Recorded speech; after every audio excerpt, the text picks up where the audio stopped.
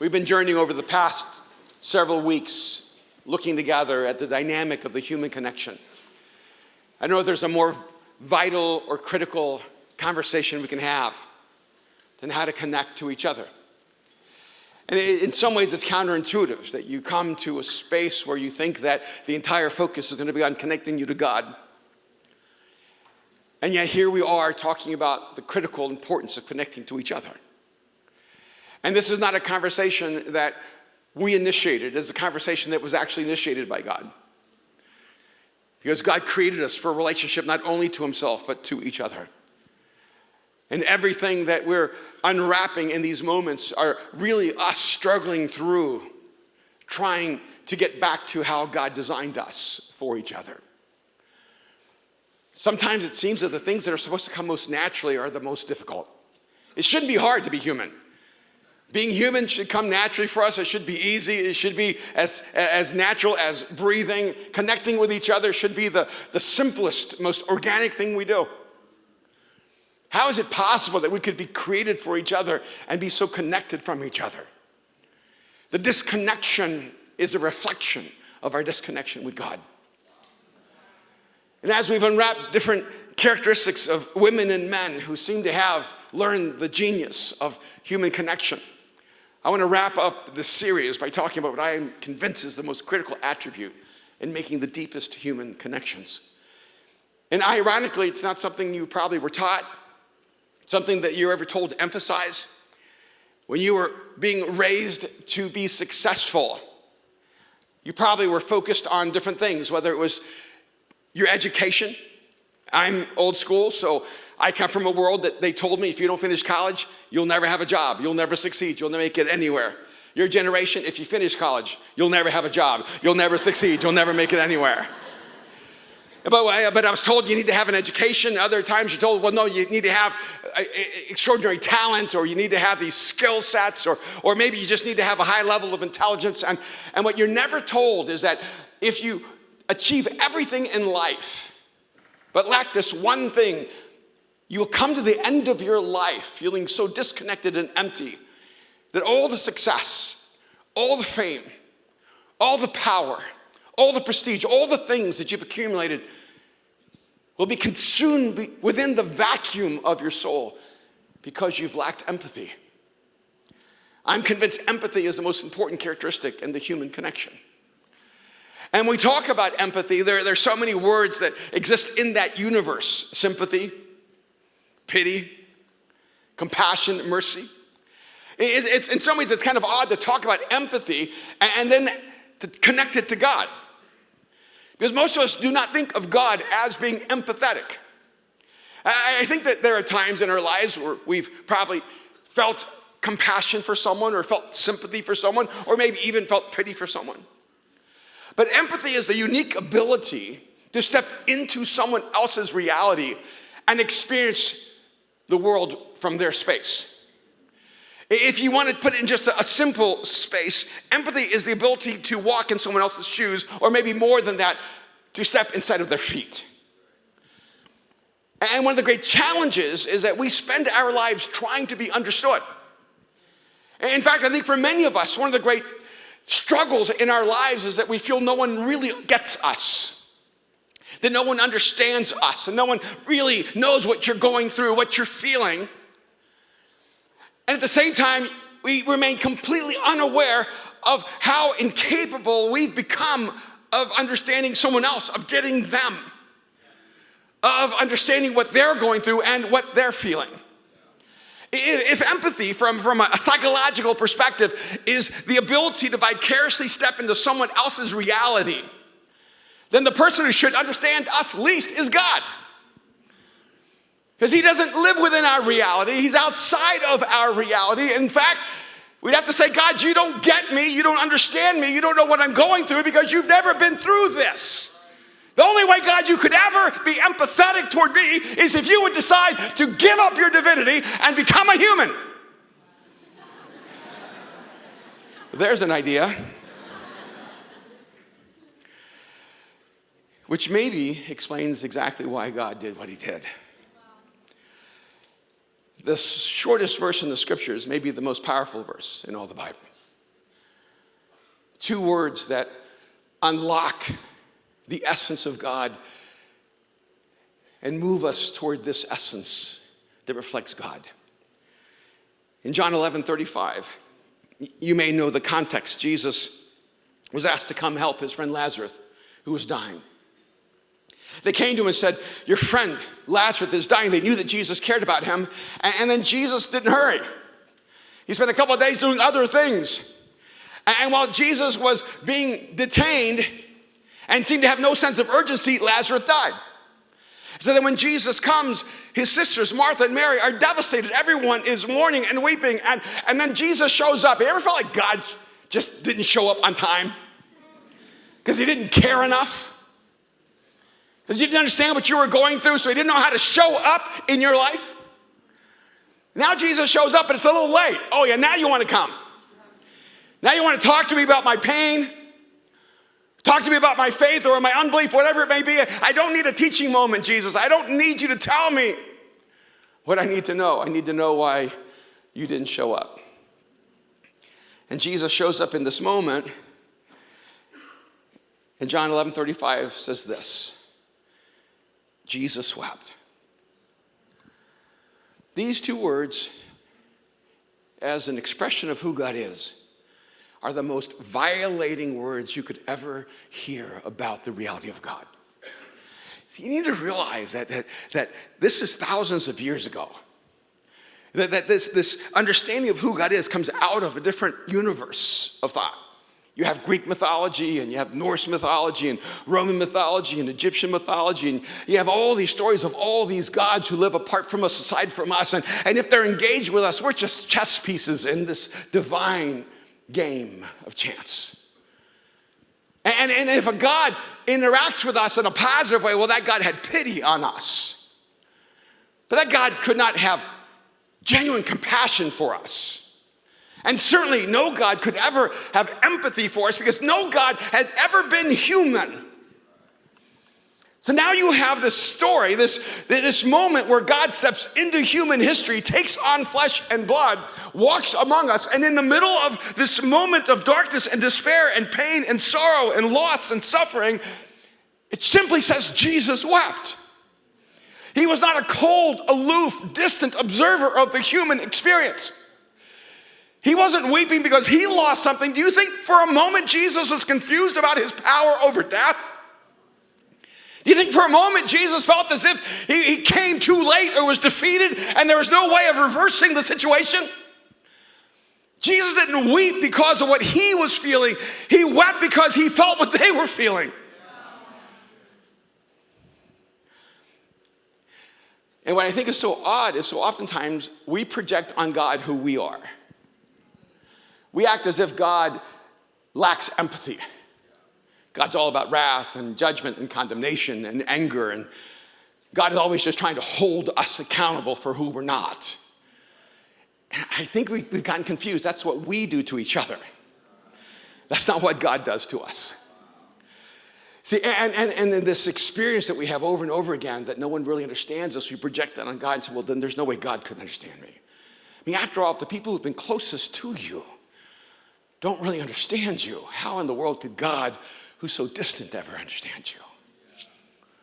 One of the things I've seen in my own lifetime is the loss of empathy in our culture.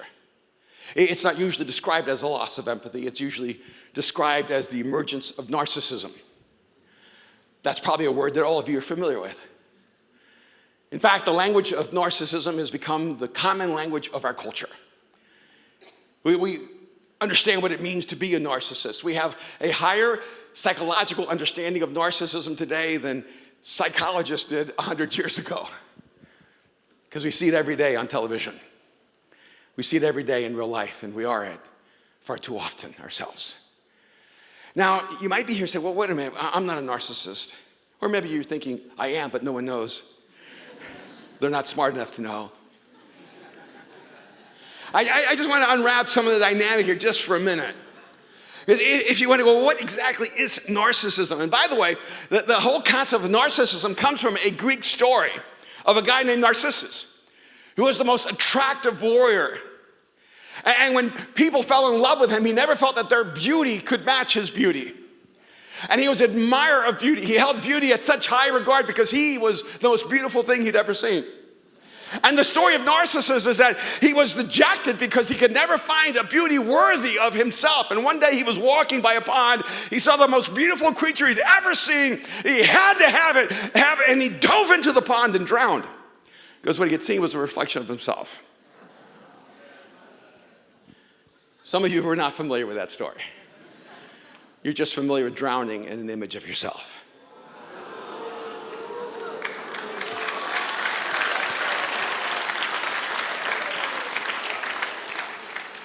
We have a culture where we've become culturally numb to drowning in self-love. We just think it's normal. Of course you're supposed to love yourself the most. Of course you're supposed to think you're the best. Of course you are the best.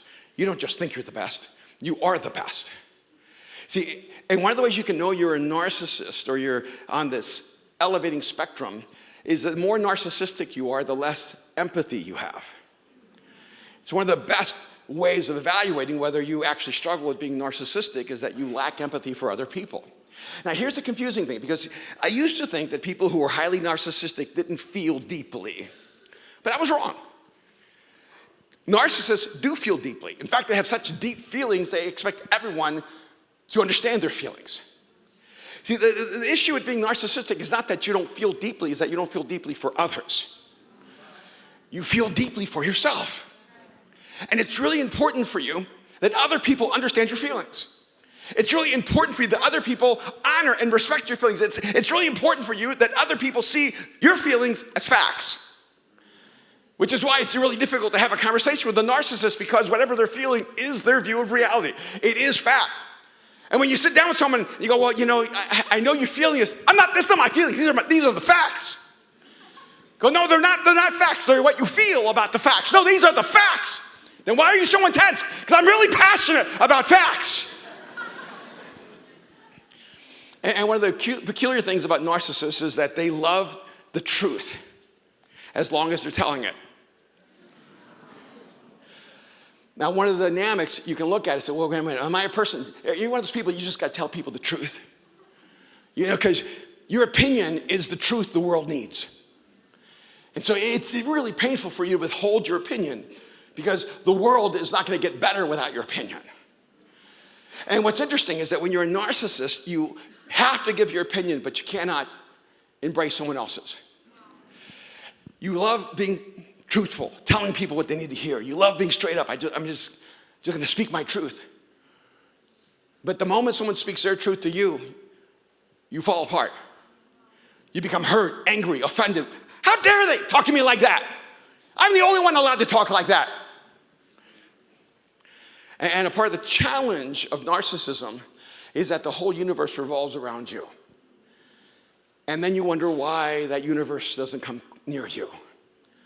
Because you're like the sun, and if people get too close, they get burned alive. And one of the interesting characteristics of narcissism, as opposed to empathy, is that when you're a narcissist, you become less generous. And if you increase your generosity, you will decrease your narcissism. And one of the interesting things is that we live in a culture, we live in the epicenter. I would say that it's safe to predict that this city is the epicenter of human narcissism. And it is not a generous city. And one of the reasons it's not generous is that when you're narcissistic, you cannot think of a better cause than you. So why would you give to something else when you're the most important cause in the world? Now, you believe other people should give to the cause of you, but you don't think you should give to the cause of others. And one of the challenges a lot of times is this mindset that says, well, you know, I can't give because I can't trust other people. I can't trust those organizations. I would give, but I just don't trust those leaders. The problem is that you don't believe anyone is more trustworthy than you. That everyone could use the money better than you, that anyone could actually be more noble than you, so you can't trust, so you hoard rather than give. Now, I'm just taking a moment here so that you can have a moment of self-reflection and ask yourself this question. Have I taken on an internal structure of narcissism and I don't understand why I cannot connect to people? And it's because you've actually lost the most beautiful gift you could ever have, which is empathy. Now, I just watched this short video that Aaron had sent to me a few days ago, and it was a conversation about narcissism, and it was really very discouraging because the therapist was explaining that narcissism is not biological, it's not genetic, it's environmental, that we raise our kids to become narcissists. And so we have to take some moral, social responsibility for it. But at the same time, they said, if you see these tendencies, you need to deal with them when they're young, because if they become adults and they're still narcissists, it's irreversible. And when I heard that, I posted it. But I posted it not because I believe that narcissism is irreversible. See, I posted it because I knew I was going to talk about it today. And I want you to know there is no structure in your life that's irreversible to God.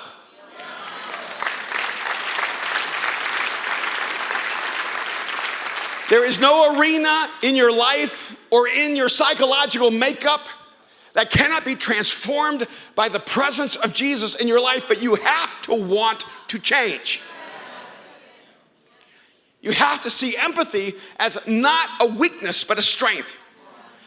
You have to break away from this mindset that if I actually care about other people, I will make myself vulnerable and I will set myself up for disappointment and loss. You have to see the power of being able to vicariously step into someone else's space and weep for them. When was the last time you wept for someone else? Not for your pain or your disappointment or your loss or your wounds. When was the last time you were like Jesus? And 2 words could describe you: Jesus wept. It's fascinating to me that right after that, the very next verse says that they looked at Jesus, they saw him weeping, he didn't have to say anything, and then they said, look how he loved him. Because if you want to understand the power of empathy, it's love. They looked at Jesus and knew that Jesus loved Lazarus. But he didn't just love Lazarus, he loved Martha and Mary. He loved those who were in pain, and he stepped into their pain. And he carried it for them. And this is not where it ended for him. It's odd to me that the days around the death of Jesus are called the Passion. Isn't it a peculiar description? The Passion. And in fact, in Philippians chapter 3, verse 10, Paul says this: I want to know him and the power of his resurrection and the fellowship of his sufferings. And that word sufferings comes from this Greek word, pathos. Passions. Paul's actually saying, I want to have fellowship. I want to have communion. I want my soul to be overwhelmed by the pathos, the passions of Jesus. And so then the last hours and days of Jesus' life is called the Passion, because those who wrote about it understood that if you want to know what God cares about, look at the cross. If you want to know what's inside of God's intention, look at the cross, because God so hated the destructive power of sin that he was willing to die to destroy its power on us. He so loves humanity that he's willing to die so that we could live again.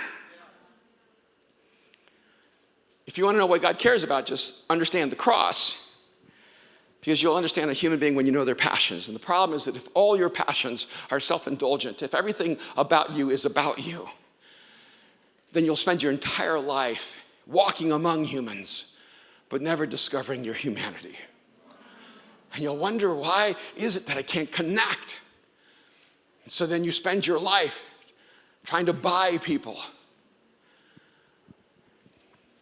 or trying to own them, trying to control them, trying to manipulate them, because you don't believe they would choose to be with you if they really knew you. Because underneath it all, all these layers of narcissism that are expressed in arrogance and self-indulgence, is such an incredible level of lack of self-esteem. Fear that you're not enough and that people will finally see through you and see that you're not who you say you are. Because of that, you cannot risk intimacy. And you choose to avoid empathy. But I think part of the dilemma with God is that so oftentimes the actions of God are interpreted through the motives of men. And so then we read the Bible and go, well, how can God be good when he does this? How can God care when he does this? And we keep projecting our motives on God's actions. So then I have people say, well, I'm into Jesus, but I'm not really into God. And then it's really disappointing when they find out Jesus is God. They're confused. What do I do? And then there are people who think that God was like bipolar. In the Old Testament, God was angry and wrathful, but now he went through therapy, came back as Jesus, and now he's chill and he's zen and he's compassionate. And that's why I think it's important to hear who God is. I just want you to listen to just a couple of Psalms. In Psalm 116:5, it says, "The Lord is gracious and righteous. Our God is full of compassion." This is God before Jesus walked us on this earth. This is God as being interpreted and explained by those who are closest to God. This is God as being expressed by those who are angry with God because God was so hard on them. Because the Israelites were pretty upset with God. A lot of times it seemed like God was harder on them than the other nations. It's like, wait a minute, God, they worship false gods and you're not disciplining them. Look what they're doing, God. Why don't you go after them? A lot of times they wanted God to be mad at the world so he would leave them alone. And God says, no, you understand. I discipline you because I love you. I'm speaking into your life because that's the relationship we have. See, I think a lot of us, we want an intimacy with God. We want a connection with God, but then we don't want God to be intimately involved in our lives. And if God is truly empathetic, if he can vicariously step into our experience and see the world from our vantage point, which he does, even though he doesn't have to, then he's the one who understands your journey toward healing.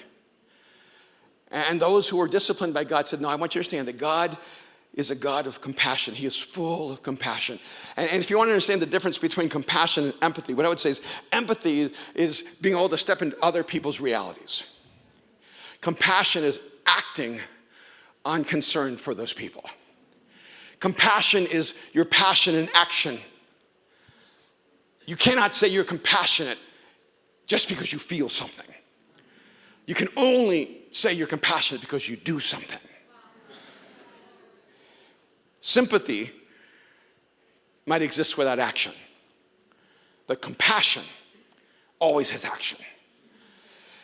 Part of the reason we have a culture of hate is because we expect everyone to see the world from our vantage point, because we've lost the power of empathy, because we don't understand how important it is to step inside of someone else's reality and see the world from that space. So we can't imagine anyone disagreeing with us and being right. In fact, we can't even imagine anyone disagreeing with us and being good. Last week I did a Q&A on Instagram and I was overwhelmed, like 1,000 questions. I think I could only answer 100. And I answer them quick, and sometimes I'm just trying to be funny. But humor is not acceptable. And so I get myself in trouble, and sometimes I'll get little notes from Mariah, Dad, be nicer. Or from Aaron, Dad, don't answer that one. But then I end up answering. I make the mistake of thinking people actually want to know how I see the world. And so I answered one question, and then I just had a flood of, what? You don't believe in this? Or you believe this? And explain yourself. What about this? Don't you ever read the... And then it started getting meaner. Don't you read the Bible? Yes. And I thought you believed in God. Well, yeah, I do. And you are from the kingdom of darkness. It got worse and worse. I thought, wow. Right before I answered this question, they liked me. And then the moment I didn't answer the question the way I was supposed to answer it, in their mind, they no longer liked me. A moment ago, I was one of the good guys. Now I'm one of the bad guys. So I posed the question, even though in a Q&A, I'm supposed to only do the A, not the Q. But I thought, it's my Instagram.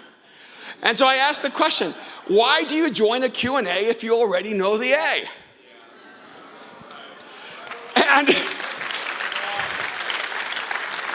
because you see, we think we're arguing about doctrines or arguing about politics or arguing about truths or arguing about beliefs. We're not.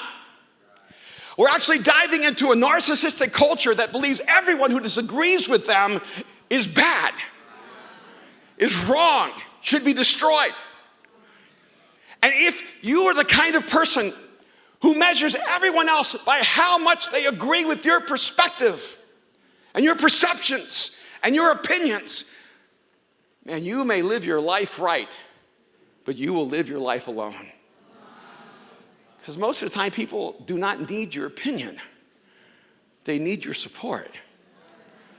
They need to know that you understand what they're going through and where they are. There's a couple of interesting and beautiful relational insights in the scriptures. I just want to highlight them because they're connected to empathy. In 1 Thessalonians chapter 5, verse 14, it says, friends, you must warn lazy people that they should work. If people are afraid, help them be brave. If people are weak, take care of them. Be patient with everyone. Now let's go back to the beginning. Friends, you must warn lazy people that they should work. I'm just going to sit here for a moment, okay? I want to let that sink in because you may not know that's in the Bible. See, I find that we have an outbreak of laziness. Am I allowed to say that? If it's not you, you can't be insulted. See, I think it's interesting. I think a lot of people, they're just lazy. And then they're mad at God because he doesn't meet their needs. And the miracle you're looking for is actually called employment.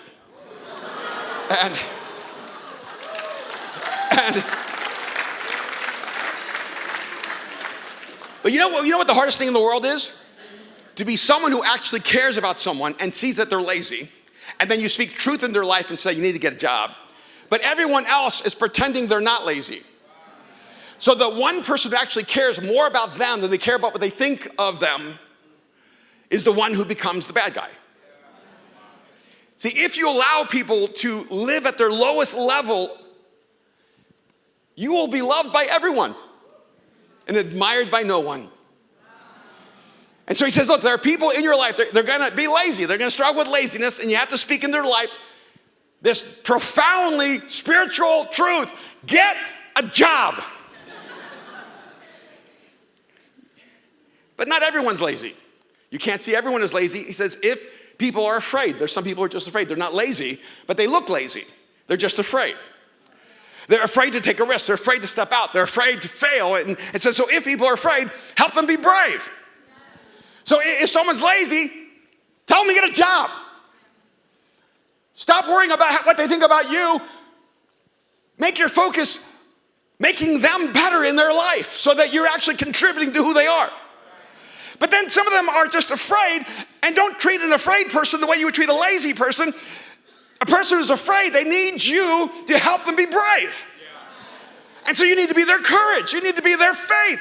I have so many friends who are atheists. They go, I don't believe. I said, it's okay. I have enough belief for both of us. I got enough faith for both of us, man. Let's go. See, I've had friends in my life, they're just afraid. But I know if I take them with me, they'll borrow my courage as we go forward. And then after they've stepped through it, they go, wow, that wasn't as terrifying as I thought.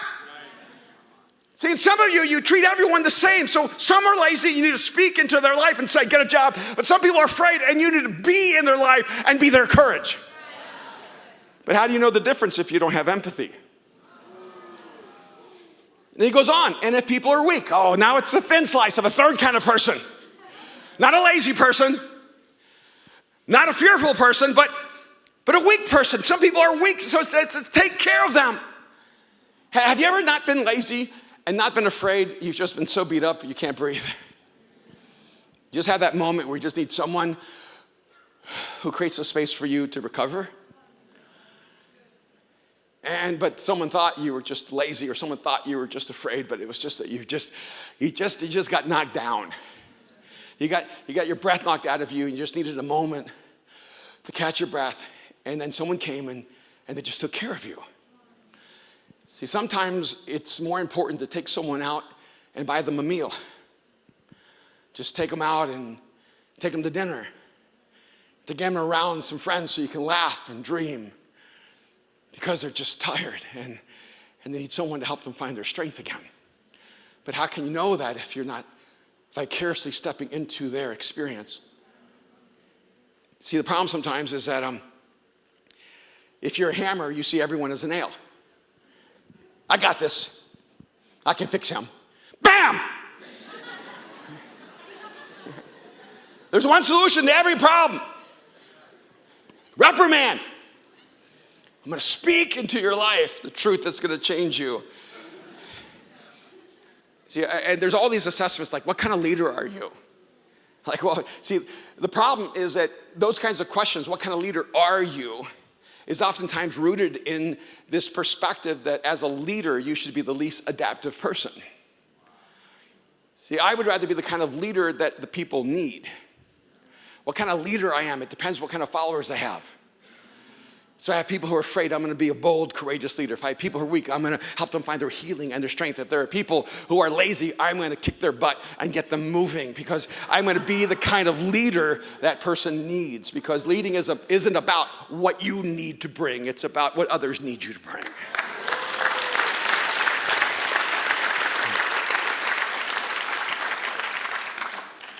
One of the interesting things about narcissism is that there's an over-attention to your appearance. You're just more concerned about how good looking you are or how talented you look or how people perceive you about your prestige. That's why I love Colossians 3:12. It says, therefore, as God's chosen people, holy and dearly loved, clothe yourself. Here's the fashion you need to pursue.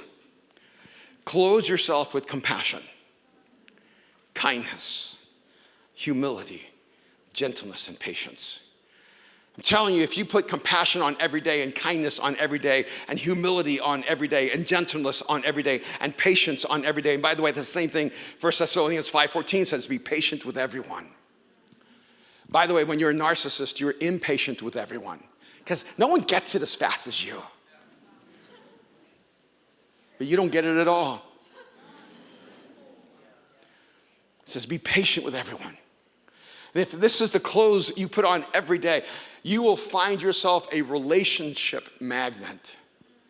People will be drawn to you. People are drawn to compassion. They're drawn to kindness. They're drawn to humility. They're drawn to gentleness. And they're drawn to patience with an asterisk. There are people who are drawn toward fame and power. They're drawn toward prestige. They're drawn to notoriety. They're drawn to all the superficial things that we pursue. And if you draw them, you will find yourself empty because they're drawn to you for all the things on your surface and nothing in your soul. I was thinking today how, I don't know how long I'll be on this planet, but there are things that exist today that did not exist when I was young. No, not things like electricity and light, but things like cell phones and the internet. Oh, wouldn't it be amazing if before I died we could figure out civilian space travel? So that before me and Kim died, we could take our 90th wedding anniversary on Mars or something like that. And so that's not where she's asked to go, okay? And I'm just picking that beachside. It's going to be beautiful. And or would it be amazing if in the next 20, 30 years they figure out time travel? Wow, wouldn't it be incredible? You go to your travel agent. Where do you want to go? 1860. Some of you all know that was not a good year, okay? And how about 2520? If the planet's still here. And so there's a lot of, wouldn't it be amazing if we could travel in space and travel in time?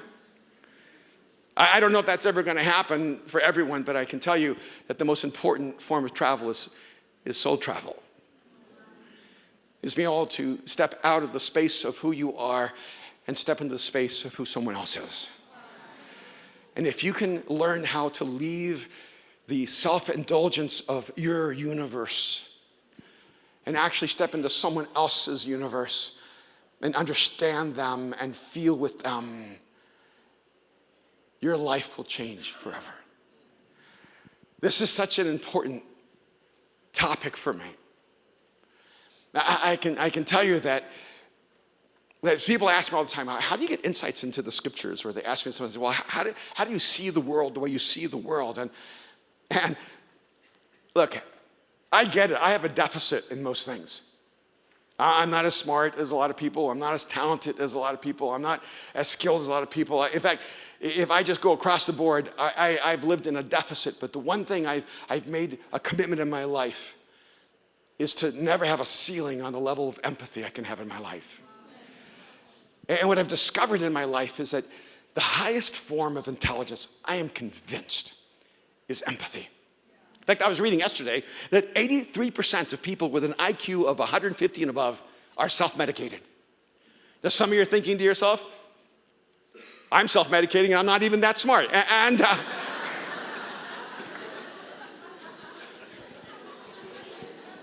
Wow. But what I do know is becoming more intelligent is not the key to your success. In fact, Harvard saw a reversed relationship between people who seemed to have academic success and people who had life success. See, the skill, the competency, the human attribute that you and I need to be most human is to care about other human beings, is to be able to step out of ourselves and to step into someone else's space. And by the way, this is what Jesus did. And I know, do you ever feel like you just have to be PC all the time? Gosh, I just have to be PC because I could just offend everyone. And I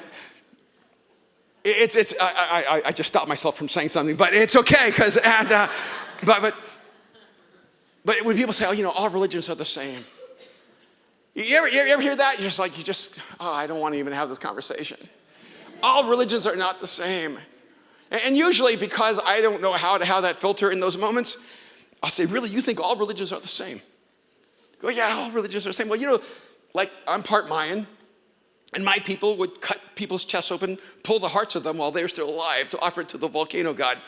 I consider that an unhealthy religion. I don't know about you, but on the spectrum, I think that would be wrong. See, all religions are not the same. See, what makes Jesus unique is that it actually is a story of empathy. God stood outside of us. He didn't need to step into our space. That he didn't just have pity on us. He didn't just feel sympathy toward us. He didn't even just have compassion and action because he cared for us. He actually stepped into the space of us. He carried our burdens and our pain. He knows our sorrow. There's nothing about you he has not only known, there's nothing about you he has not experienced. And if you want a God to understand you, then Jesus is the only way you can go. Because no other God stepped into our flesh and blood. He didn't just walk in our shoes, he took on our feet.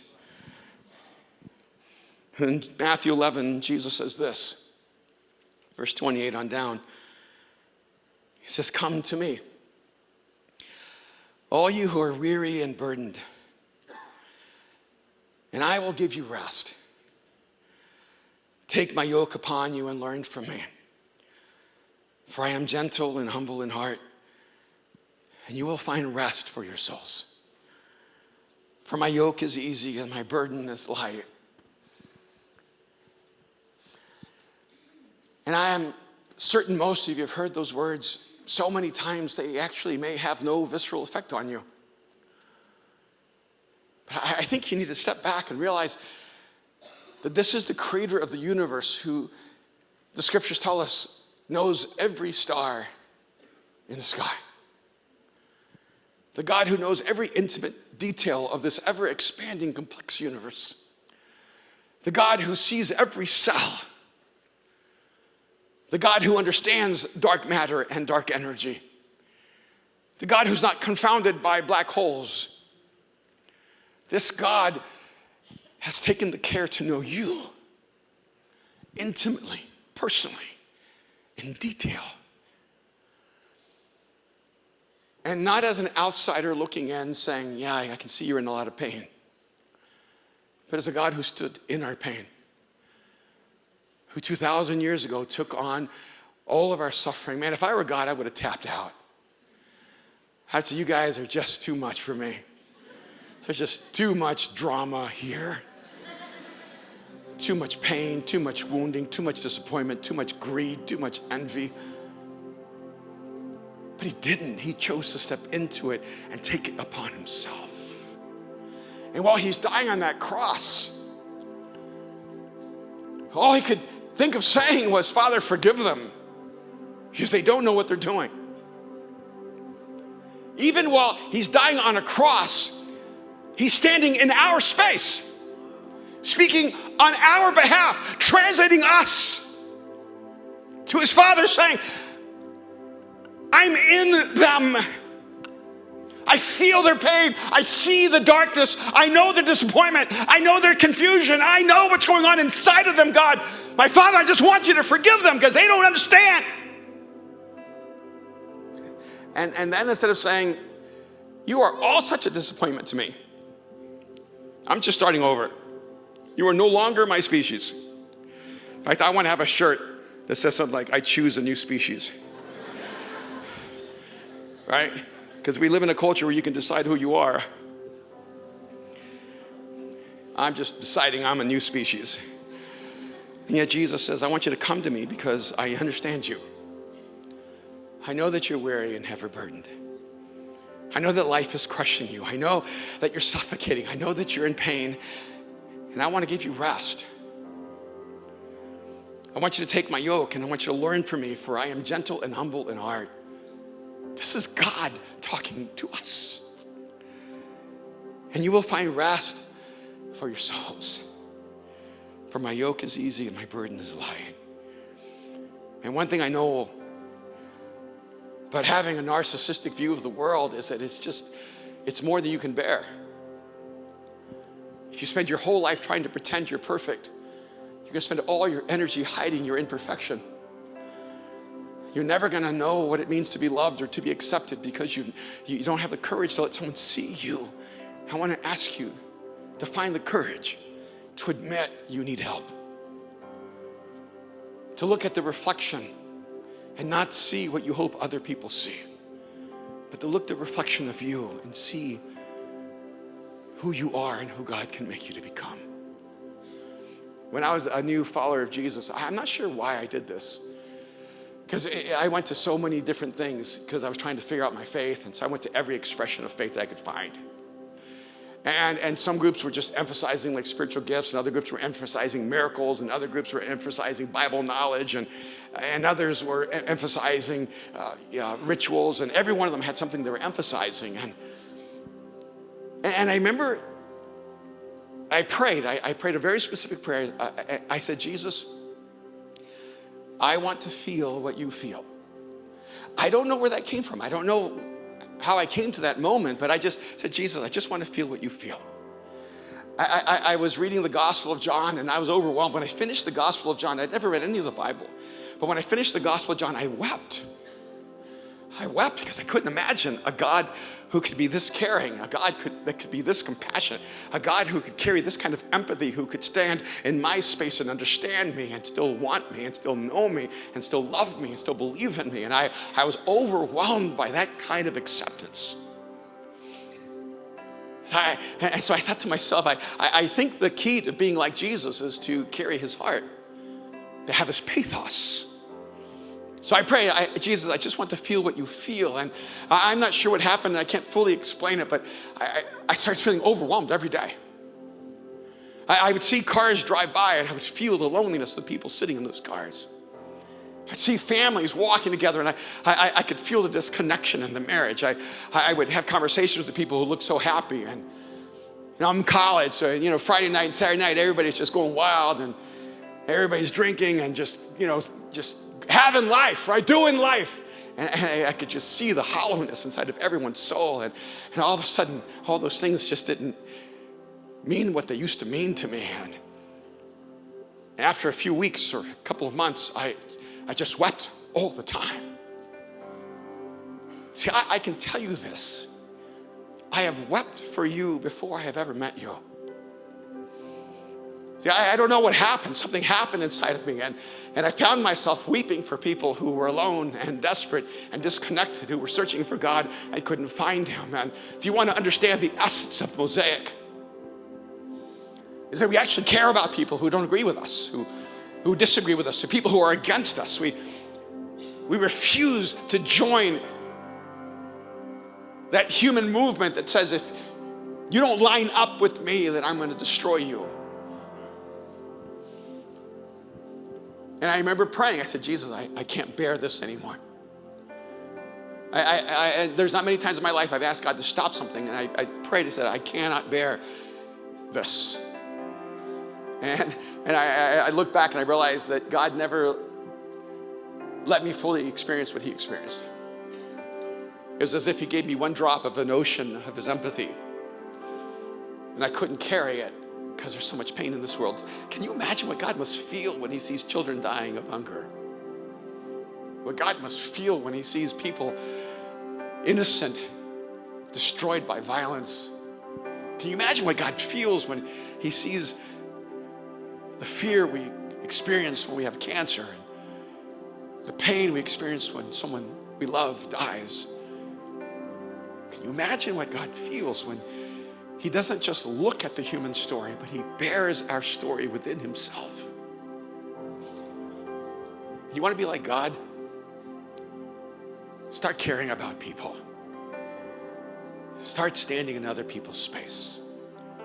Start putting who they are and how they've experienced life and what they're going through as a higher priority than people getting you and understanding you. You have a choice you can make in your life.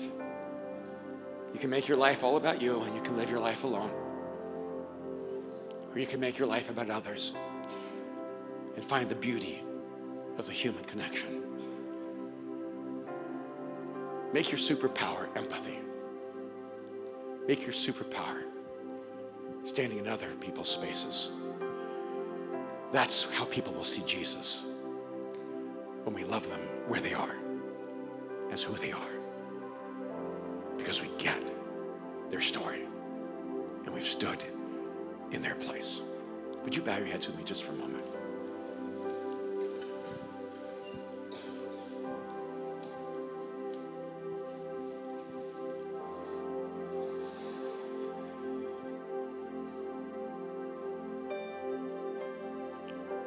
There is a God who heals the brokenhearted,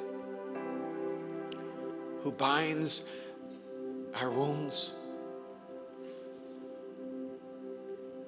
forgives us our trespasses, who frees us from our shame. His name is Jesus, and there is no God like him. He and he alone is the God who stood in time and space, who stepped into human history, who took on our flesh and blood, who became human. So you could never say God doesn't understand. God doesn't know what I'm going through. God doesn't know my pain. God cannot meet me here. Jesus is here. Whatever you've gone through, he's carried it. All your pain, he's experienced it. All your wounds, he bears those wounds on his body. When Jesus died on the cross, he took all of our suffering and made it his pathos. And he's waiting for you to give your life to him. He has given his life for you. And now he's just waiting for you to choose his love, his freedom, his forgiveness. If you're here right now in this moment or somewhere across the world, I have a deep sense that there's some of you God is speaking to so clearly right now. Some of you are just being crushed by life. Some of you, the wounding is so deep, you don't believe you can be healed. Some of you have been hiding behind your perfection but inside you're falling apart. And right now it's time to give your life to Jesus. It's time to step across the line of faith. The human connection begins in the most unexpected of ways. Because the God who created you is the only one who can restore your humanity. So if you're here and you're ready to trust Jesus with your life, would you pray this prayer right now? Jesus, I give you my life. Right now, just tell him, Jesus, I give you my life. He'll meet you where you are. He'll take you where you cannot go alone. Right now, just tell him, Jesus, I give you my life. Jesus, I give you my life. If this is your prayer, I want to pray for you right now. If you just crossed the line of faith and whispered, Jesus, I give you my life, I want you right now to find all the courage you have and just raise your hand right now. I want to see you right now. Right now, I see you. Raise your hand. I just want to see you. If this is your moment, you know who you are. Don't miss this moment. This moment is yours. Jesus, I give you my life. If that's you, just raise your hand up high. Hold it up. I want to see you. Hold it up. Beautiful. Beautiful. Anyone else? Wonderful. Anyone else? Father, I thank you for the women and men who in this moment have crossed the line of faith and have trusted you with their lives. I pray, God, you would just wrap them up in your love and let them know they belong to you. That you'll never leave them or abandon them. And God, I pray that your love will so overwhelm them that all they could do is give your love away to others. God, I'm so grateful that your love is an endless supply, that we can never give it away faster than you'll give it to us. And God, I pray that you would increase the empathy in this room. That we would care about others, that we would have the courage to leave the space and the safety of our own world and step into the world of someone else and see the world from their pain, from their story, from their perspective. Jesus, we just want to be like you. I thank you that you wept for your friend. I don't ever want my heart to grow hard or cold, where I cannot carry the feelings of another human being. Jesus, keep our hearts tender and soft, that love would always prevail. We pray in your name. Amen. Can we just thank God for all those who just responded to him? So good. So good. So good. This week, I want you to apply this in a practical way. I want you to take less time trying to help people get you and take time to get others. I want you to pay attention to what your actions, what your words, what your life does in the life of someone else. I want you to care about how you say things, what you say, what you do. Don't use, I'm just being authentic. I'm just speaking my truth to be your excuse to wound and hurt other people. Let's grow in our empathy. And by the way, when you mess up, just give yourself some empathy and go, I'm getting there. I'm not there, but I'm going to get there. The movement of Jesus will never reflect him correctly, clearly, beautifully, if we don't learn how to carry his passion for people throughout our lives.